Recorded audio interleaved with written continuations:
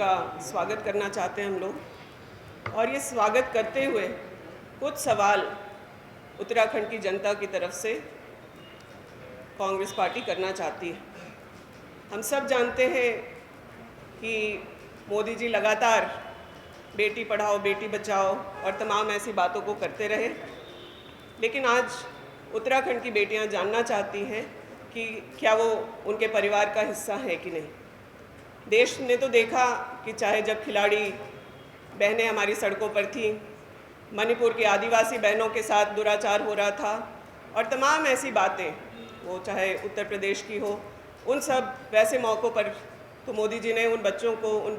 बच्चियों को अपना परिवार नहीं समझा। लेकिन उत्तराखंड की अंकिता भंडारी के जो सवाल हैं, उनके परिवार का जो सवाल है, उसको न्याय देने की बात है, या फिर जो सड़कों पर लगातार जो बहनें, उत्तराखंड की बहनें, जो पहाड़ी इलाकों की बहनें हो, मैदानी इलाकों की बहनें हैं, जो प्रदर्शन कर रही हैं, आखिर उन सवालों का जवाब आज मोदी जी देंगे कि नहीं। अंकिता भंडारी के मामले में वो वीआईपी कौन है, क्या वो मोदी जी के परिवार का हिस्सा है, इस सवाल का जवाब हम लोग ज़रूर सुनना चाहेंगे। मोदी जी से अगला सवाल जो हम लोगों का ये है कि हमारे आस्था का स्थान केदारनाथ मंदिर से जो 230 किलो सोना की चोरी हुई, उस चोरी को करने वाला कौन है और किस तरीके से, अगर हिंदू आस्था का प्रतीक केदारनाथ मंदिर की रक्षा अगर यहाँ की सरकार नहीं कर पा रही है तो उसके लिए जवाबदेह कौन है। हिंदू धर्म की रक्षा करने की बात हो रही है, अगर मंदिरों से सोने की चोरी हो रही है, तो यह सवाल भी हम लोग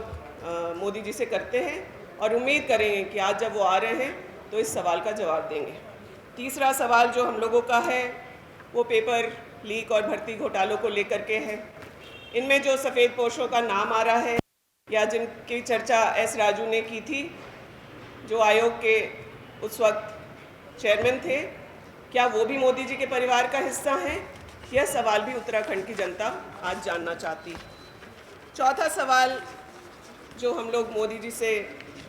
और मोदी जी के परिवार की बात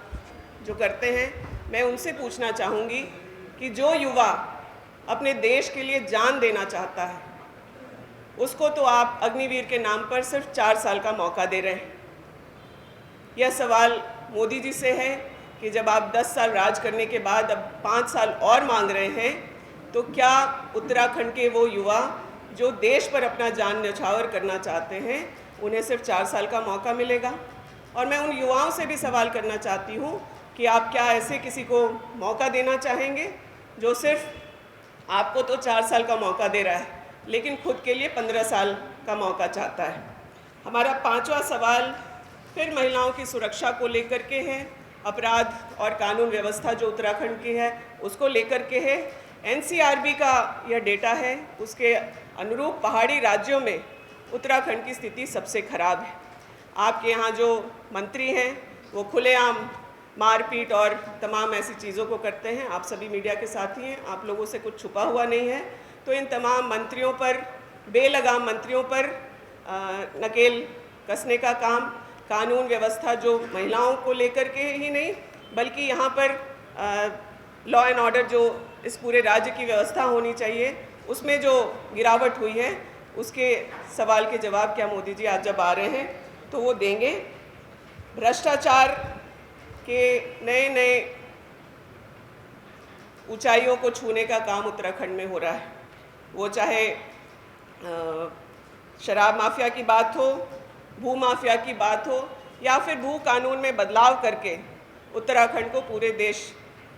और भू माफियाओं के लिए खोल देने का काम जो उत्तराखंड सरकार में हुआ, उसके बारे में मोदी जी क्या जवाब देंगे, यह भी हम लोग सुनने के लिए उत्सुक हैं। सातवां सवाल जो हम लोगों के सामने है वह यह है कि जो जोशीमठ में जिन परिवारों को अपनी डूबी हुई ज़मीन को, भूमि को देखना पड़ रहा है और उसके बदले में